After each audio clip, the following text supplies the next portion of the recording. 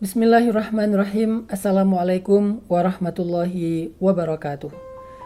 Suatu ketika saat pulang dari perang Khaybar, Nabi SAW mendapatkan hadiah tanah yang sangat luas, kebun korma di daerah Fadak. Lalu karena Nabi tinggal jauh di kota Madinah, maka Nabi tidak sanggup untuk mengurus kebun di Fadak itu.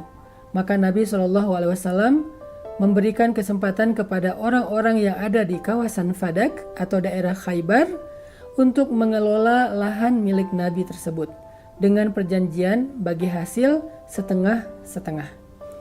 Maka ini menjadi salah satu contoh di antara bentuk investasi yang pernah dilakukan Nabi di masa hidup beliau. Karena Nabi SAW bukan hanya seorang teladan dalam urusan ibadah, bukan hanya seorang teladan dalam urusan dakwah, bukan hanya seorang teladan dalam urusan rumah tangga, tetapi Nabi juga seorang teladan dalam urusan dagang.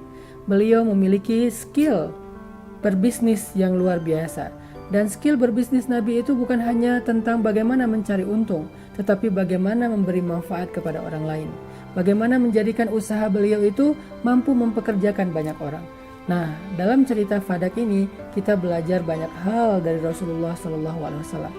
Sebetulnya Rasulullah SAW bisa saja meminta seseorang untuk mengurus kebun beliau di daerah Fadak, lalu membayarnya secara rutin, sehingga keuntungan beliau lebih besar daripada meminta kepada penduduk di daerah Fadak itu mengurus kebun beliau. Tetapi Nabi memilih yang kedua. Nabi meminta dan menawarkan kepada orang-orang di Khaybar siapa yang mau mengurus kebun Nabi di Fadak dengan keuntungan bagi hasil. Sehingga orang-orang yang ada di Khaybar merasa mendapatkan manfaat dari keberadaan kebunnya Nabi SAW ini. Dan ini adalah bentuk investasi yang paling disukai Nabi. Investasi yang bukan hanya bermanfaat untuk diri kita, tetapi investasi yang bermanfaat untuk orang banyak. Salah satunya adalah dengan memiliki aset. Ini aset Nabi di daerah Fadak. Kemudian Nabi juga mengajarkan kepada kita investasi lewat hewan ternak misalnya.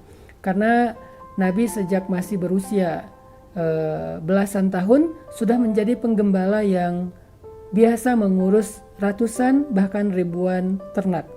Nabi SAW juga punya ternak sendiri dari hasil usaha beliau, dari hasil menabung beliau, sehingga Nabi memiliki ternak yang cukup banyak, apalagi setelah Nabi menikah dengan Khadijah radhiyallahu anha. Bahkan setelah Khadijah wafat pun Nabi masih memiliki banyak ternak. Nah, apa yang dilakukan Nabi dengan ternak-ternak itu? Nabi mengembangkan, Nabi membuat sebuah usaha peternakan yang luar biasa, sehingga Nabi bisa mendapatkan panen dari ternak beliau setiap waktu. Setiap bulan Nabi bisa panen dari ternaknya, baik itu dijual ataupun diambil dagingnya. Di antara cerita ketika Nabi panen dari daging ternak-ternak beliau adalah saat Nabi SAW mengirimkan daging hasil panen ternak beliau kepada keluarga besar ibu susu beliau, yaitu Halimah dari kabilah Sa'di atau Halimatus Sa'diyah. Nabi membagikan daging dari hewan ternak beliau kepada keluarga Halimah Sa'diyah, sehingga dengan begitu mereka mendapatkan manfaat dan kebaikan dari aset ternaknya Nabi SAW.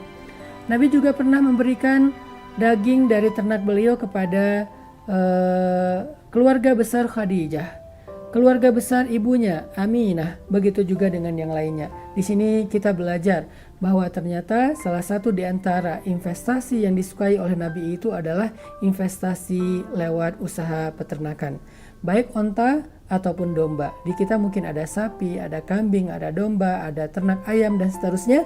Semua itu adalah cara mencari rezeki yang halal yang disukai oleh Nabi SAW. Dan yang terakhir, investasi yang paling disukai oleh Nabi melebihi dari dua investasi yang sebelumnya, baik itu aset lahan atau bangunan atau kebun ataupun aset dalam bentuk usaha ternak. Ternyata ada yang lebih disukai lagi oleh Nabi SAW. Apa itu? Investasi dengan sedekah. Allah Subhanahu wa taala berfirman, Mathalul ladhina yunfiquna amwalahum fi sabilillahi kamathali habbatin ambatat sab'a sanabila fi kulli sumbulatin mi'atu habbah Wallahu yudha'ifu liman yasha. Wallahu wasi'un alim. Perumpamaan, orang yang menginfakkan hartanya, baik itu sedekah, zakat, wakaf, di jalan Allah, maka seperti menanam satu biji. Kemudian biji itu menumbuhkan 7 tunas. Kemudian 7 tunas itu masing-masing memunculkan 100 tangkai.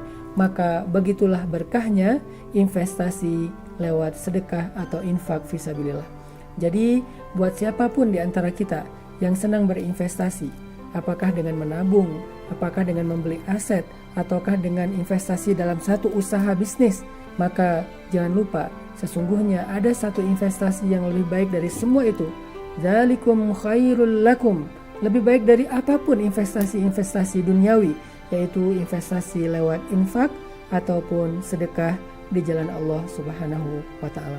Sehingga keuntungannya pasti, kerugiannya mustahil, karena Allah Subhanahu wa ta'ala sebaik-baik yang memberikan balasan kepada hambanya. Barakallahu fikum.